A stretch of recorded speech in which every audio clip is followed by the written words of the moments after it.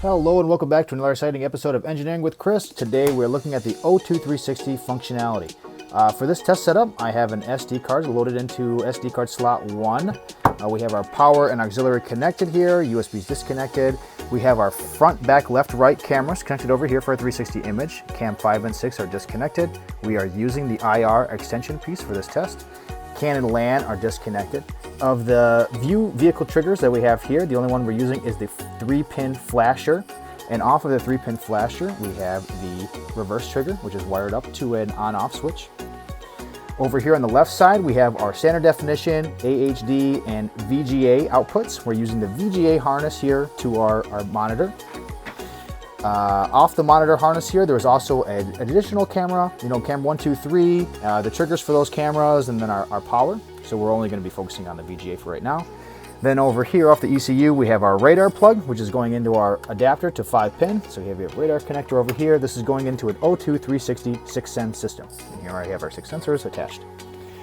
Okay, so now before we begin, the touchscreen here on this monitor does not interact directly to the 360 ECU. So when you touch on this, you'll hear beeps, but this information isn't sent directly to the system. When you touch down here on the bottom, these are the menu settings for the monitor itself. So this purple one here is how to adjust between camera and VGA. Because we're using the VGA right now, I'll just go ahead and leave this setting alone. Okay, so now I'll go ahead and log into the system and I'll show you all the settings. So I'm going to go ahead and press enter on the remote to get the menu to pop up. Video record will stop. Do you want to proceed? We're seeing this message because I have an SD card loaded into the system right now. So go ahead and click yes.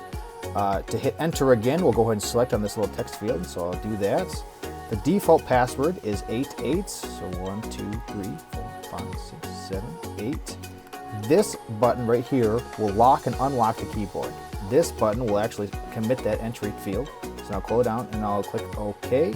So now I'll go ahead and walk through each of these settings and what they're generally involved with. So now on user setup, basic setup.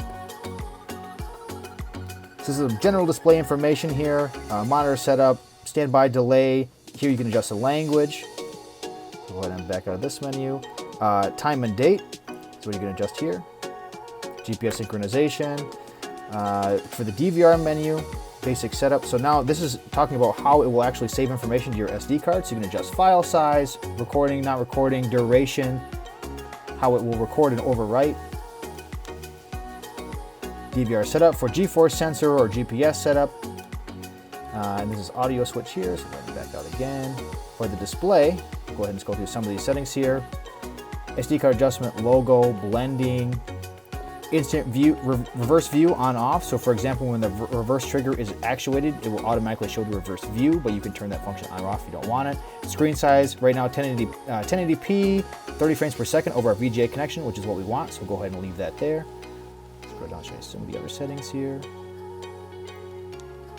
Back out. Network, if you had the Wi-Fi antenna connected, here's how you could define all the information and connect right to a Wi-Fi network to automatically upload some of the videos when you receive them. The radar system, right now we have set to ultrasonic for our O2360 6-sen system, so go ahead and leave this for now and I'll show you this functionality in a second. The triggers and trigger priority, so for example over here off of our flasher, we have our left and right triggers, so you could define what these triggers do when they're actually engaged.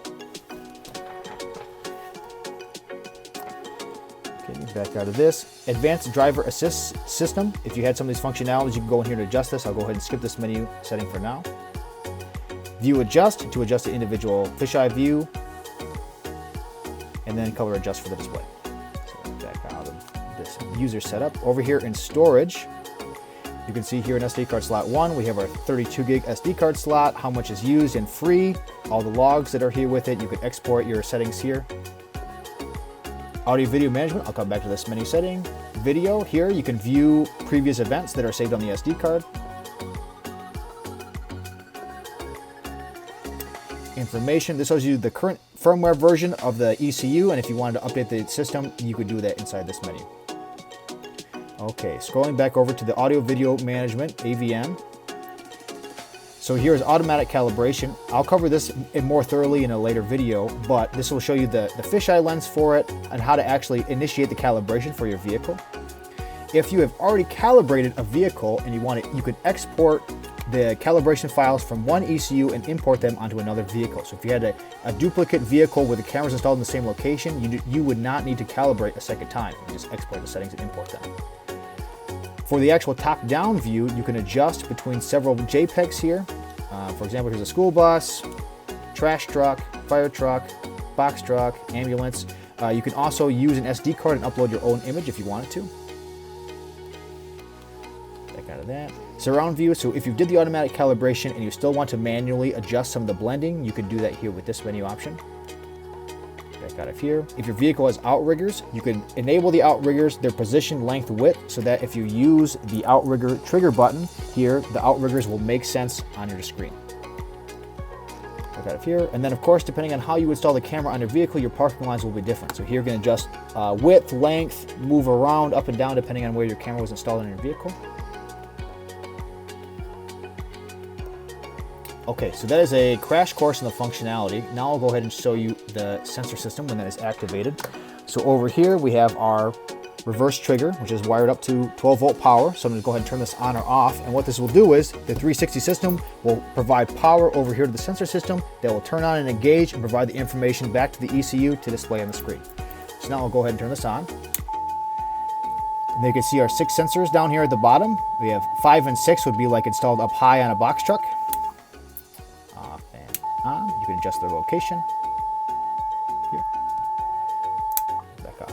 Okay, and that is a crash course in the system functionality of the O2 360 system.